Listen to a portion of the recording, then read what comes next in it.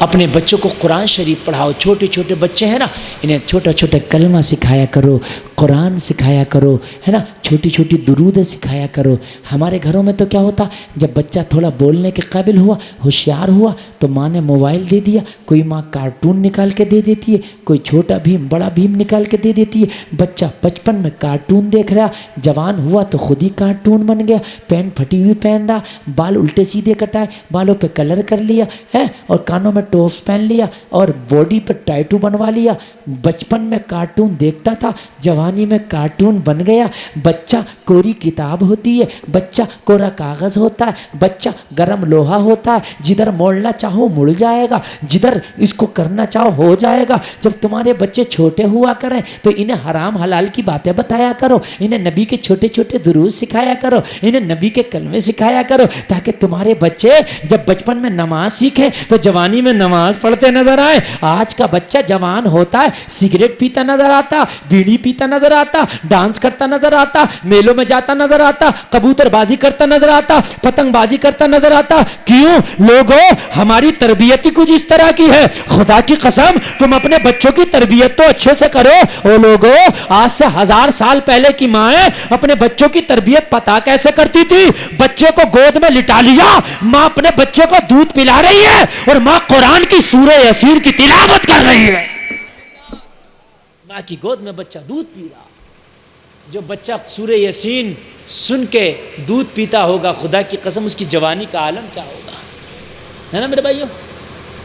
ماں نبی کی نعت پڑھ رہی ہے, بچہ ماں کی گود میں دودھ پی رہا ہے. لوگوں, ماں کی گود میں بچہ لیٹا ہے, ماں دودھ پلاتی جا رہی ہے, لوریاں دیتی جا رہی ہے. تم سو جاؤ یا مصطفیٰ کہتے کہتے, کھلے آنکھ صلی اللہ کہتے کہتے.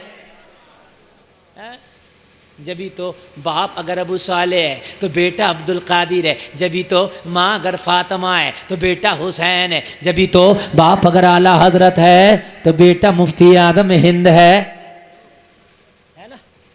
آج تو ابا بے نمازی تو بیٹا سگریٹ باز, بیڑی باز, جوا باز, گٹکے باز, گگن باز, دل باغ باز. ہاں, یہ کمی ہماری ہے میرے بھائیوں. اپنے بچوں کو, یہ گرم لوہا ہے, کورا کاغذ ہے, ان کی تربیت اچھی کرو, ہے نا. اور میرے بھائیوں, اپنے بچوں کی تربیت اچھی کرو, اپنی بچیوں کی تربیت اچھی کرو. یہ دیکھو ہمارے بچے غلط صحبت میں تو نہیں جا رہے ہیں, غلط فرینڈ شپیں تو نہیں کر رہے ہیں, غلط لوگوں سے دوستیاں تو نہیں کر رہے ہیں. لوگوں, آج بہت بڑا المیہ ہے, مسلمانوں کی بیٹیاں جو کالجوں میں پڑھنے جا رہی ہیں غیر مسلم لڑکوں سے دوستیاں کر رہی ہیں. دوستیوں کے بعد میں کتنی خبریں ہمارے سامنے آ رہی ہیں. کلمہ پڑھنے والی بیٹی, قرآن پڑھنے والی بیٹی کسی غیر مسلم لڑکے سے شادی کر لی. میرے بھائیوں, بہت ہو رہا ہے یہ, اس پر خاص خیال رکھو. اپنے ملنے والوں میں, رشتہ داروں میں بچوں کی تربیت اچھی کرو, پڑھاؤ. مگر یہ دیکھو کہ ہمارے بچے کہیں غلط روٹ تو اختیار نہیں کر لیے. لوگوں, بڑے افسوس کی بات ہے, کلمہ پڑھنے والی بچی غیر مسلم سے شادیاں. ہائے, کب آنکھ کھولو گے؟ غفلت کی چادر اتارو اور اپنے بچوں کی اچھی پرورش کرو. پیسہ کما لینا سب کچھ نہیں ہے, بچوں کو اچھی تربیت دے دینا یہ سب کچھ ہے. یہ کمال کی بات ہے. اللہ تعالیٰ آپ کو جو ہے شاد و آباد رکھے. حافظ جنید صاحب نے حافظہ کیا, اللہ تعالیٰ ان کے علم میں برکت عطا فرمائے, انہیں بہترین عالم دین بنائے. جتنے لوگوں نے سنا, اللہ کہنے سے زیادہ عمل کی توفیق عطا فرمائے. سب سے زیادہ تم سے محبت کون کرتا؟ تمہارا نبی. کون کرتا؟ تمہارا. تو لوگوں, وفا یہی ہے, جو ہم سے محبت کرے گا ہم بھی اس سے محبت کریں گے. میرے بھائیوں, وفا یہی ہے کہ نہیں ہے؟ جو ہم سے محبت کرے گا ہم اس سے. ہمارے نبی نے سب سے بڑھ کے محبت کی, اب ہم بھی سب سے بڑھ کے نبی سے محبت کریں گے. تو محبت میں اب ہمیں کیا کرنا ہے؟ نبی کو ووٹ نہیں چاہیے, نبی کو ہمارا نوٹ نہیں چاہیے, نبی کو ہماری سپورٹ نہیں چاہیے. پھر ہمیں کیا کرنا ہے؟ نبی فرماتے ہیں تم اگر نمازیں پڑھو گے تو میری آنکھوں کو ٹھنڈک پہنچے گی. اگر نبی سے محبت کرتے ہو تو تم نمازیں پڑھنا تاکہ تمہارے نبی کی آنکھیں ٹھنڈی ہو جائیں. لوگوں, قبر کے پاس نبی کا جنازہ جس میں عطر لایا گیا، آپ بھی اپنے جنازوں کو لاتے ہو، دو لوگ قبر میں اترتے ہیں، جنازہ ہاتھ میں لے کے قبر میں رکھتے ہیں. ہوتا بھائیوں نہیں ہوتا ایسے ہی؟ ایسے ہی نبی کی قبر میں دو لوگ اترے، ایک کا نام فضل بن عباس ہے، دوسرے کا نام مولا علی ہے. سبحان اللہ سبحان اللہ. دو لوگ اترے نبی کی قبر میں، ایک کا نام فضل بن عباس ہے. دیکھو وہی تقریر جو بہت ہی قسمت کے دھنی اب سن رہے ہیں، جو جن کی قسمت میں نہیں تھا وہ چلے گئے، اور میں 1.5 گھنٹہ کے بعد بھی تقریر کر رہا ہوں. یہ آپ کی محبتیں ہیں میرے بھائیوں، بات ہے کہ نہیں ہے؟ محبت ہے. ہاں، فضل بن عباس مولا علی قبر میں اترے، اپنے ہاتھوں میں نبی کے مبارک جسم کو لیا اور قبر میں رکھ دیا. جیسے ہی قبر میں نبی کے جسم کو، نبی کے جسم مبارک کو رکھا، فضل بن عباس کی آنکھوں میں آنسو آ گئے، زار و قطار رونے لگے. مولا علی نے روتا دیکھا، فضل بن عباس کو کہا، فضل بن عباس روتا کیوں ہے؟ عرض کی علی، جب تک نبی کا چہرہ نہیں دیکھتا تھا مجھے رات کو نیند نہیں آتی تھی، جب تک نبی کا چہرہ نہیں دیکھتا تھا مجھے کھانے میں مزہ نہیں آتا تھا.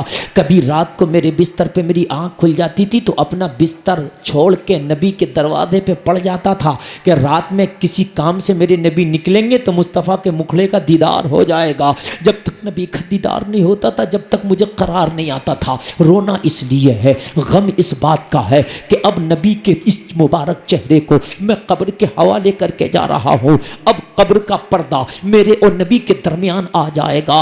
اے علی، کبھی نبی کی یاد آیا کرے گی تو کس کا چہرہ دیکھا کروں گا؟ رات کو نیند نہیں آیا کرے گی تو مصطفیٰ کا دیدار کیسے کرا کروں گا؟ بس اسی لیے رو رہا ہوں. یہ جدائی کے آنسو ہے، یہ فراق کے آنسو ہے، یہ غم کے آنسو ہے، یہ دوری کے آنسو ہے، یہ ہجر کے آنسو ہے. علی رونے کی وجہ یہ ہے، غم مصطفیٰ میں رو رہا ہوں، عشق مصطفیٰ میں رو رہا ہوں. علی رونے کی وجہ یہ ہے کہ آج دوری ہو رہی ہے، اس لیے رو رہا ہوں. غور کریں، جب کوئی حاجی حج کرنے جاتا اور مدینے سے واپس آتا تو لوگوں اس کی چیخیں نکل جاتی ہیں.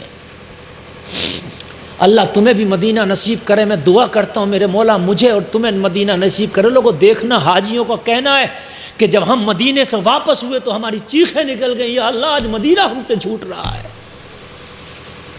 یار جب مدینہ چھوٹتا تو چیخیں نکلتی ہیں.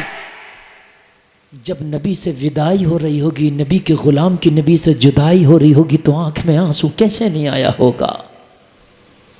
توجہ ہے بھائیو، کیسے نہیں آنکھ میں آنسو آیا ہوگا؟ جس نے نبی کی بارگاہ میں رات و دن گزارے تھے، جس نے نبی کی شفقتیں دیکھی تھی، جس نے نبی کی محبتیں دیکھی تھی، لوگوں آنکھ میں آنسو کیوں نہیں آیا ہوگا؟ آنکھ میں آنسو آیا. مولا علی نے فرمایا، فضل بن عباس رونے کا ٹائم نہیں ہے، آنسو بہانے کا ٹائم نہیں ہے، تیرے پاس آخری موقع ہے، آخری چانس ہے، اس چانس کو بھنا لے، آخری موقع کو بھنا لے.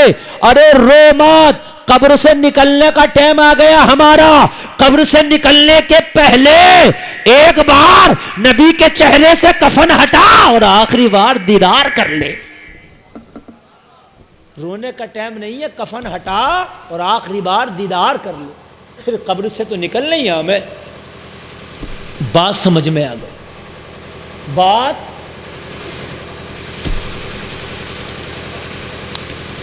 فضل بن عباس کا بیان ہے، میں نے نبی کے چہرے سے کپڑا ہٹایا. توجہ کرنا، اگر اچھا لگے تو کوئی نوجوان کھڑے ہو کے نعرہ دے دینا. فضل بن عباس کہتے ہیں میں نے چہرہ رسول سے کفن ہٹایا، میری نگاہیں نبی کے چہرے پہ پڑی تو میں نے کیا دیکھا؟ نبی کے ہونٹ ہل رہے ہیں. ہائے ہائے ہائے، ذرا زور سے بولو یار، زور سے. سبحان اللہ. ہائے ہائے، نبی کے ہونٹ ہل رہے ہیں. ہونٹ زندہ کے ہلتے ہیں کہ مردہ کے؟ بروالا والوں بتاؤ ذرا. ارے تیرا مرنا اور ہے، نبی کا جانا اور ہے. ہے. فضل بن عباس کہتے ہیں ہونٹ ہل رہے تھے, میں نے سوچا آخری ملاقات ہے, آخری بات ہے, آخری پیغام ہے, لاؤ سنو نبی کیا کہنا چاہتے ہیں. میں نے کان مصطفیٰ کے منہ کے قریب کر دیا. جب میں نے کان قریب کیا تو آواز آ رہی تھی, رب حبلی امتی, رب حبلی امتی, رب حبلی امتی. تبھی تو کسی نے کہا پردے میں رہ کے سب پہ نظر ہے, اللہ ہی جانے کون بشر.